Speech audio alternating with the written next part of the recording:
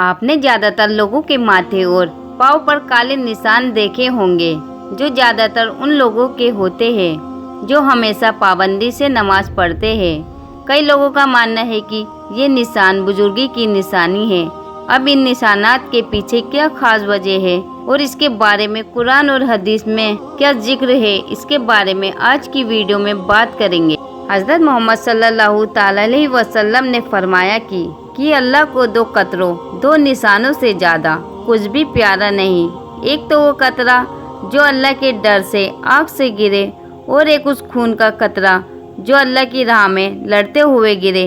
دو نشانات میں ایک وہ نشان جو اللہ کی راہ پر چلتے ہوئے بنے، اور دوسرا وہ نشان جو اللہ کی طرف سے ہمیں سب سے اہم ذمہ داری یعنی نماز پڑھتے ہوئے وقت بنے۔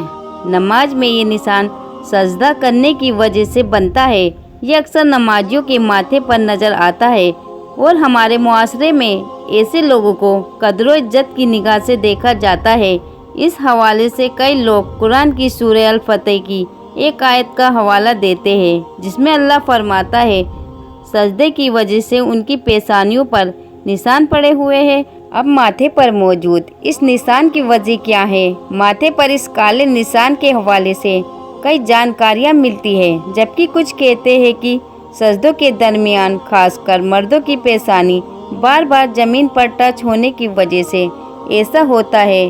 یہ بات صحیح اس لیے ہے کیونکہ ایک مسلمان ایک دن میں 5 وقت کی فرض نماز میں 34 بار سجدہ کرتا ہے، اور ہر سجدے میں وہ اپنا ماتھا زمین پر رگڑتا ہے، اور مسلسل اس رگڑ سے اس کے ماتھے پر وہ جگہ جو سجدہ کرنے کے دوران رکھی جاتی ہے وہ سخت ہو جاتی ہے، اور اس جگہ کا رنگ بھی کالا ہو جاتا ہے۔ پیشانی پر سجدے کی وجہ سے پڑنے والے کالے نشان کو بزرگی کی اور نیکی کی نشانی سمجھی جاتی ہے۔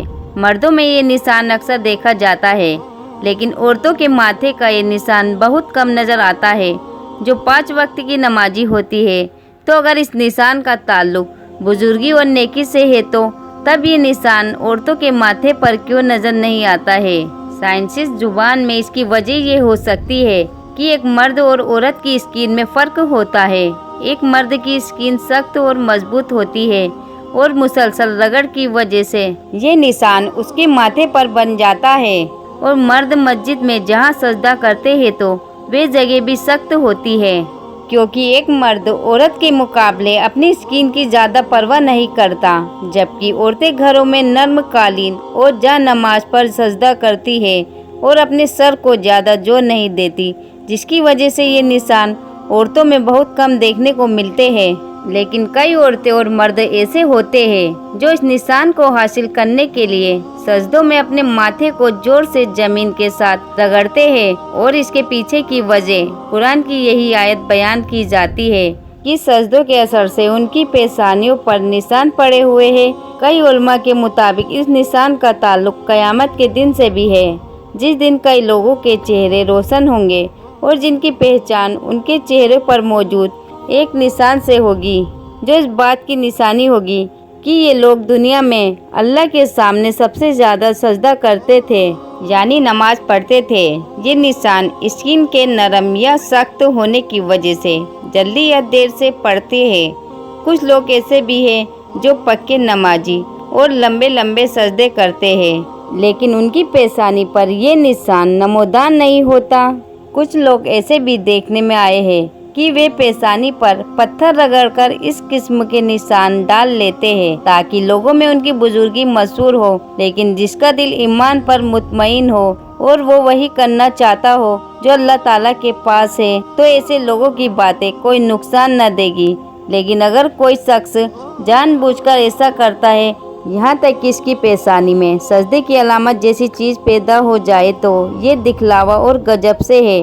اس کے دردناک عذاب ہے۔ یہ نشان جہاں سے ماتھے کے اوپر بال شروع ہوتے ہیں،